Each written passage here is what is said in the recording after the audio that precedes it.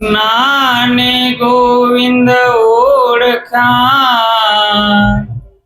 ટળી ગયું દેહ તણું અભિમાન. તો તત્વ સાર ત્રિલોકમાં, ગુરુ ગોવિંદ કરું. આદિ અંત મધ્ય એક છે, હરિ ગુરુ સંત સ્વરૂપ સદગુરુ મારા.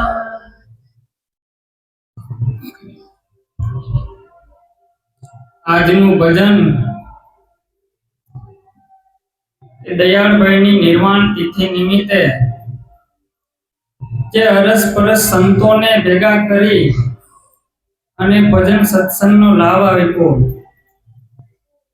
કે અતિ દુર્લભ વાત કહેવાય કે જેની પાછળ આ જે સંતોને ભેગા કરી અને સંત મહિમા શું કહેવાય, સંત મળવાથી શું થાય. કેમ કે આ જીવ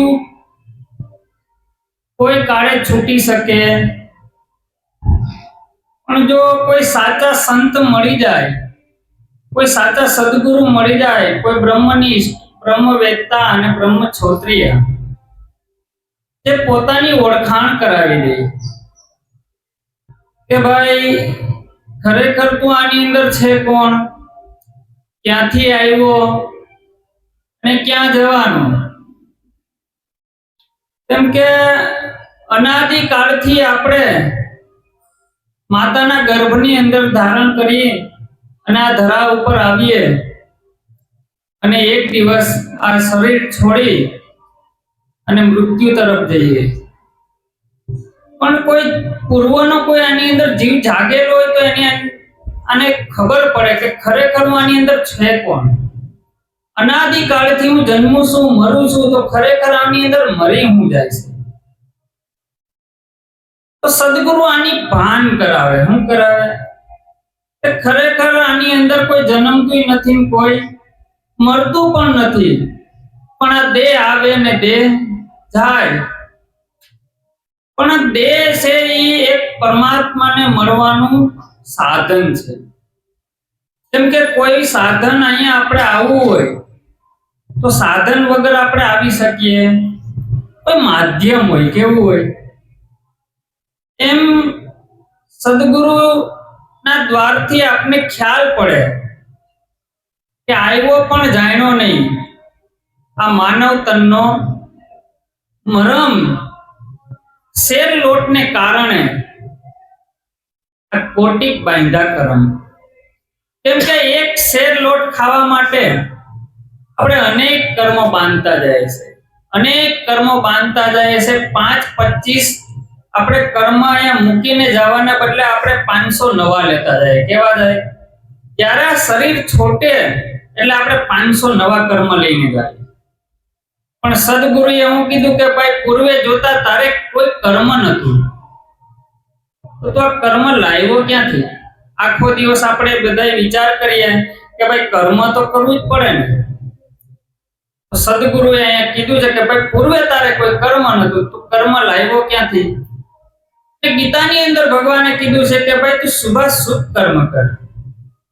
તો ક્યાં કર્મની એક ભગવાન ગીતાની અંદર વાત કરે છે કે ભાઈ તું શુભાશુભ કર્મ કર, ને સદગુરુ જે મહાપુરુષો વાત કરે છે કે પૂર્વે તારે કોઈ કર્મ નતું, તો આ કર્મ લાવ્યો ક્યાંથી?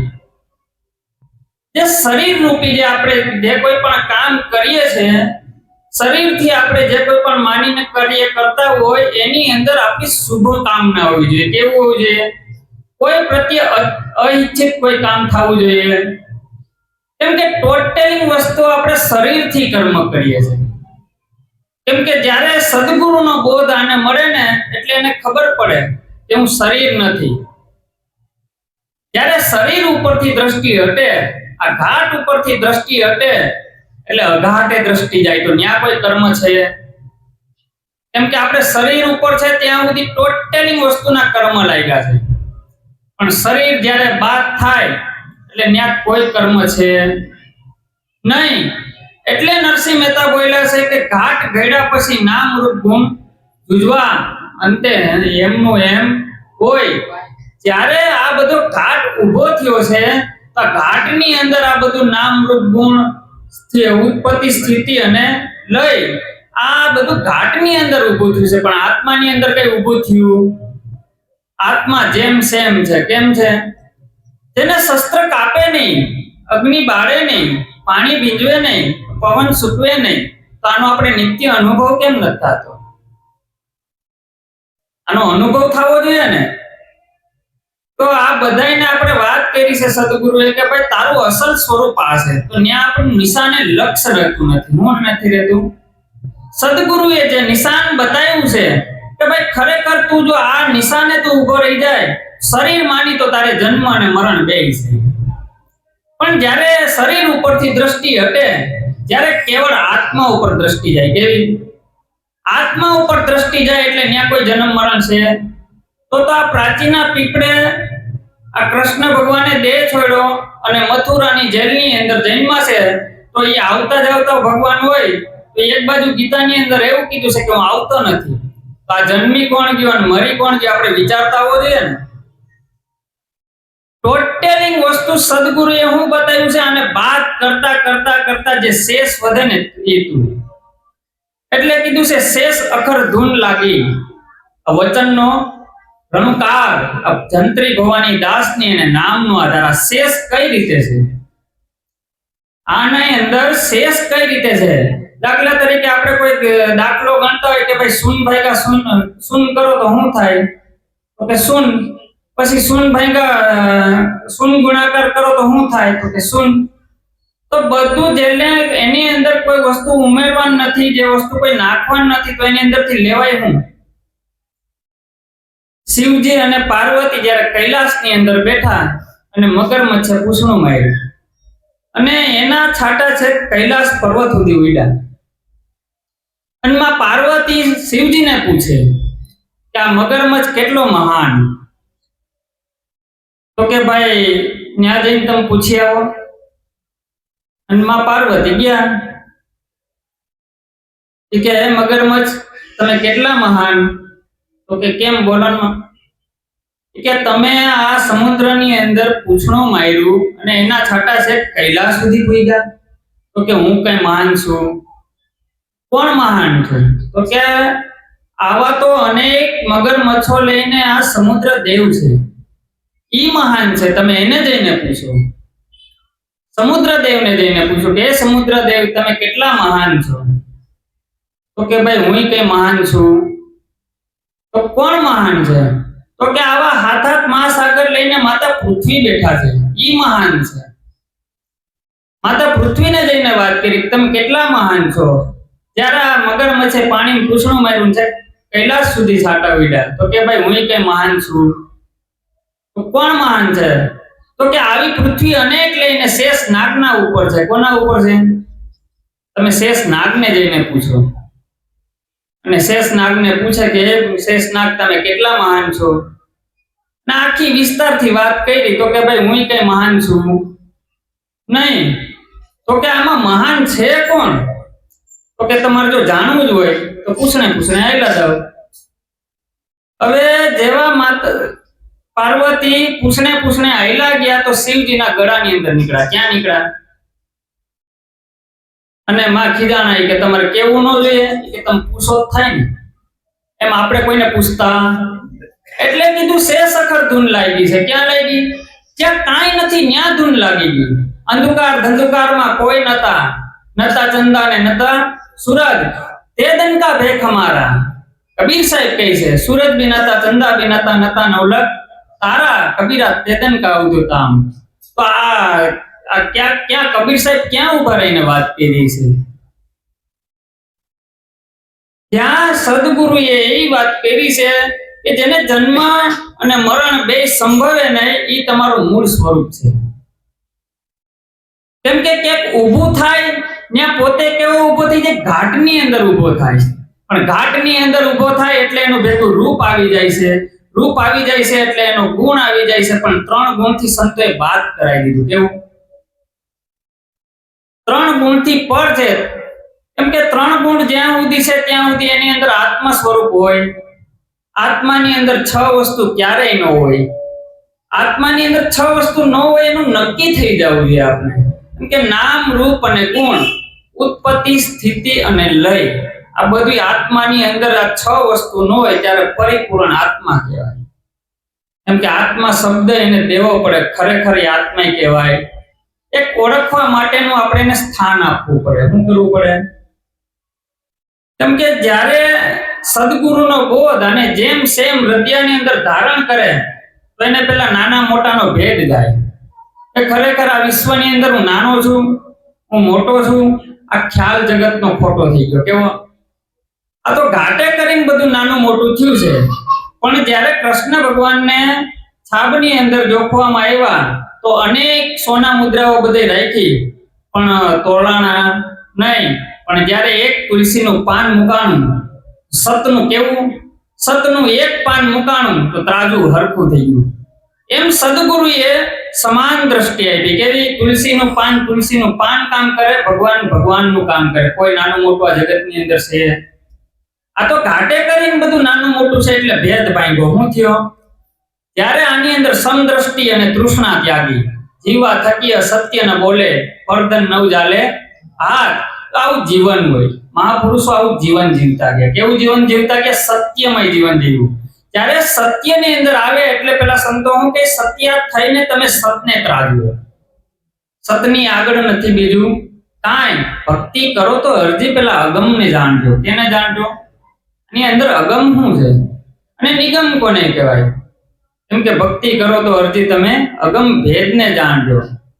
સત્ય થઈને તમે સતને ત્રાજવો. સતની આગળ નથી બીજું કાંઈ. સતની આગળ કાંઈ નહીં. પૃથ્વીની આગળ આપણે પૃથ્વીને કહીએ કે પૃથ્વીથી અલગ થઈ જાવ તો એ થાય ખરી? આકાશને આકાશમાંથી આપણે એમ કહીએ કે અલગ થઈ જાવ તો એ થાય ખરું? એમ આપણે પોતે પોતાની અંદરથી એમ કહીએ કે અલગ થઈ જાય થવાય ખરું? ઈ જ રમી રહ્યો છે. કેવું? એટલે કીધું છે દેવડે દેવડે કરે હોકારે હજી અને તમે પારખ થઈને પરખો.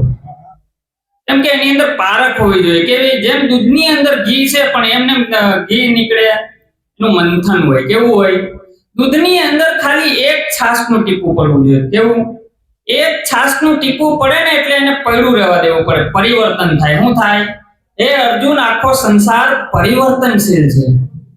ત્યારે આની અંદર દૂધની અંદર એક ટીપું પડે ને એટલે આખી રાત એને પડ્યું રહેવા દેવું પડે. પણ આખો દિવસ આપણે એમાં આંગળી ફેરવા રાખીએ તો સવારે કઈ કહેવાને ઉકેડા નાખ્યો કઈ કામ ન લાગે. શું કઈ? દૂધે નો થયું, દહીં નો થયું, હું બે બગડ્યું. એમ સદગુરુનો બાળક હોય આ શબ્દને આની અંદર ધારણ કરે ને પડ્યો રહેવા દે.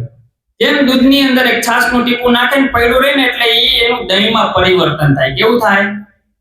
દહીંની અંદર પછી એનું વલણું કરે. વલણું કરતા કરતા કરતા કરતા એમાંથી માખણ ઉપર આવે. કેવું થાય? માખણ ઉપર આવે એટલે છાશનો ભાગ અને માખણ બે જુદું થઈ જાય. કેવું થઈ જાય? પછી આ સાધકને આમાં ખબર પડે કે ખરેખર હું શરીર માનતો તો એ શરીર એ હું નથી. આ બે જુદું પાડ્યું. કેવું પાડ્યું? પરમાત્માનો ભાગ અને પ્રકૃતિનો ભાગ બે જુદો પાડી દીધો. એટલે એને ખબર પડી કે ઓહો, આ તો સંતોએ દ્રષ્ટાંતો આપીને જીવને અનેક યુક્તિ કરીને સમજાવવાની રીત બતાવી છે. કેવી? અનેક યુક્તિ કરી અને આ જીવને સમજાવવાની રીત બતાવી. કઠોર ઉપનિષદની અંદર શ્વેત કેતુને 52 યુક્તિ કરી.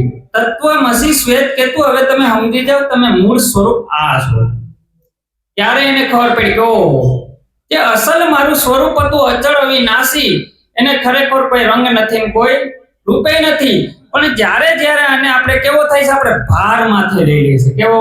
આપણે કોઈ પણ કામ કરતા હોય તો આપણે ભાર માથે લઈ લઈએ. ભાર લઈ લઈએ ને એટલે આપણે એની અંદર કરતા થઈ જાય. જ્યારે નૈમિષારણ્યની અંદર ગુંદ ઋષિ સત્સંગ કરે.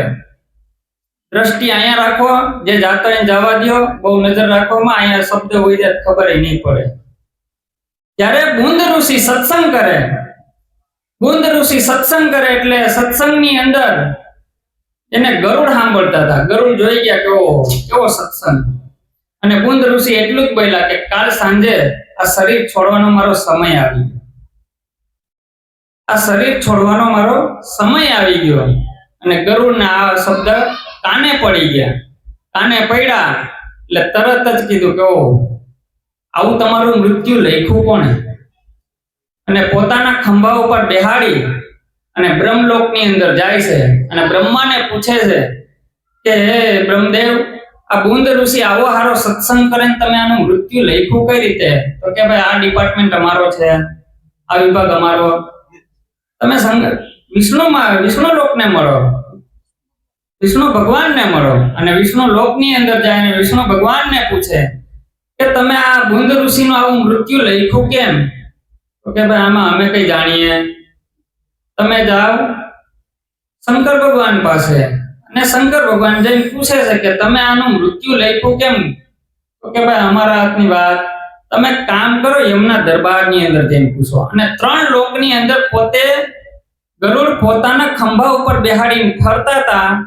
એમાં ઈ શરીર હોય એટલે થાકી જાય ને, એટલે સમય થોડોક ટૂંકો હતો. એટલે ગરુડ પોતાનું આસન આપી અને એને કીધું કે તમે બાપજી બેહો, હમણાં હું યમલોકની અંદર જઈ અને પૂછીને આવું કે તમારું મૃત્યુ લખ્યું કોણે. અને યમના દરબારની અંદર જઈને જાય છે અને પૂછે છે કે હે યમલોક, હે યમરાજા, આ તમે બુંદ ઋષિનો આવો હારો સત્સંગ કરે ને તમે એનું મૃત્યુ લખ્યું કેમ? ને ચોપડા ખોલવાનું ચાલુ કર્યું તો કે આમાં આનું મૃત્યુ છે. તો પણ બુંદ ઋષિ કે ઈ ખોટું? તો કે હાલો ભાઈ પાછા જોઈ લે. અને જોયું તો કે ભાઈ આનું મૃત્યુ તો નથી, પણ જો ગરુડ 3 લોકની અંદર પોતે ખંભે લઈને ફરે અને જો એનું આસન આપે તો આનું મૃત્યુ. જો આપણે બધા શું કર્યું, આઈથે કરીને જ ઉભું કર્યું ને, એટલે ગરુડ હાથ દઈને ઉભા કર્યો, ઓ આ તમે આઈથે ઉભું કર્યું. એમ સદગુરુએ આપણે જે બોધ આપ્યો છે એ બોધની અંદર ખરેખર કઈ મૃત્યુ નથી, જન્મય નથી. પણ આપણે ત્યાં શું થાય છે, કર્તાનો ભાગ ઉભો થઈ જાય છે. કેવો થાય છે? જ્યાં સુધી કર્તાનો ભાગ છે એટલે આપણે આ બધું સુખ દુઃખ અને આ બધું આની અંદર આપણે લાગે છે.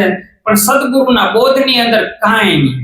જ્યારે આની અંદર દ્રષ્ટિ જેમ સેમ પડી જાય એટલે નરસિંહ મહેતાએ કીધું છે અખિલ બ્રહ્માંડમાં એક તું શ્રી હરિ, તુજવે રૂપે અનંત ભાસ થઈ ગયો. શું થઈ ગયો? આપણે આખું જગતનો ભાસ થઈ ગયો છે કે આખું જગત છે. સુરતમાં આવીને સુરત ન મળે, કોઈ પણ સુરતની અંદર અનેક સોસાયટી આવી છે. હવે આની અંદર વૃક્ષમણી સોસાયટીની અંદર આવીને આપણે ગોતીએ કે વૃક્ષમણી સોસાયટી તો મળે કે એમ. તમે જ્યારે સંતો જાગી ગયા ને એટલે જગત ન મળ્યું. હું ન મળ્યું. જ્યારે એને ખબર પડી ગઈ કે આ જગત જેવું કઈ છે એટલે કીધું જાગીને જોઉં તો જગત જડે. ઊંઘમાં અટપટા ભોગ ભાસે, શુદ્ધ ચૈતન્ય તદ્રૂપ છે, બ્રહ્મ લટકા કરી રહ્યો છે. ખરેખર બ્રહ્મ લટકા કરી રહ્યો છે. એટલે કીધું પવન તું, પાણી તું, ભૂમિ તું, કુદરા તું, વૃક્ષ થઈ આકાશે ફૂલી રહ્યો. આ વિવિધ પાછી રચના કરી. શું કરી? ભગવાન કે આને રચના કરવા દે, બાકી આ પાછો બધી માનવાનું.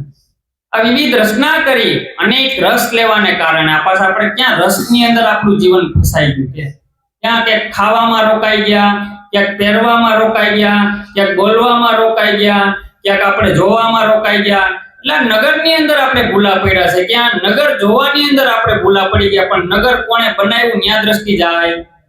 તો એકવાર ન્યા દ્રષ્ટિ હોય ગઈ તો એને પછી ખબર પડી જાય કે આ નગર તો ઈ જ બનાવનાર છે, પણ હું તો એની અંદર છું ને. તો સદગુરુનો સાધક કઈ રીતે આની અંદર હાલે?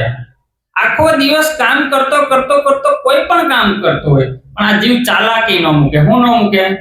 ભગવાનનું ભજન હાલતા હાલતા થોડું થાય તો સંતો કરી ગયા ખોટું હોય છે ભાઈ. સંતો હયાતીની અંદર અત્યારે કરે છે ભજન. અને જે કોઈ પણ અત્યારે મહાપુરુષો છે આ સત્યના સંદેશો લઈને ફરે છે તો એના વાત નહીં સમજાણી હોય. જેમ સેમ પ્રગટ છે. કેવી વાત છે? જ્યારે સંતોને ખબર પડી ને એટલે એને કીધું કે ભક્ત કુળનો નાશ નથી. પહેલા હતા, પાછળ થશે અને ભવિષ્યમાં પણ હશે અને હાલમાં પણ ઘણા છે. આવું સંતો બોલ્યા છે. આ ગાંડાની વંઢાર છે. કેવી છે? એનો ગણતા નો આવે પાર. ખરેખર એનો ગણતા નો આવે પાર. એક જુઓ ને બીજું આ ફૂલડું બીજું ભૂલે પડ્યું રેડોળ. આ સાબુમાં છલકી રહ્યા. કેવા? આ નિરાંત દેશની ફૂલવાડીની અંદર અનેક ફૂલો છલકી રહ્યા છે. કેમ કે આની અંદર કોઈ લાલ છે, કોઈ પીળું છે, કોઈના રૂપ હરખા છે, પણ આત્મા તો સર્વેનો એક જ છે કે નહીં? તો આપણે કેમ કે ભાઈ આ જ્ઞાતિના છે, હું આ જ્ઞાતિનો છું. દ્રષ્ટિ આત્મા ઉપર જાય એટલે કોઈનું જ્ઞાતિ નથી. આ તો આપણે હું આ ગામની અંદર જન્મો છું એટલે દિલીપભાઈ નામ ધારણ કરી લીધું છે, દિલીપભાઈ નું ગામ થઈ ગયું છે, દિલીપભાઈ નો દેશ થઈ ગયો, દિલીપભાઈ નો વેશ થઈ ગયો અને દિલીપભાઈ ની જાત થઈ ગઈ. પણ જ્યારે આ દેહ છૂટે એટલે કેવી જાય છે ને નામ વગરનું બધું નામ, અહીંયા જે કઈ પણ હતું એ બધું નામ છૂટી જાય. આ નામ છે ને, આપણે આ બધા આખા નામ આખો દિવસ આપણે જીવંત રાખવા આટલું મહેનત કરીએ છીએ, કેવું થઈ જાય. આટલું કઈ સદગુરુના શરણની અંદર મારી વાણીને વિરામ આપું છું. સદગુરુ મહારાજ.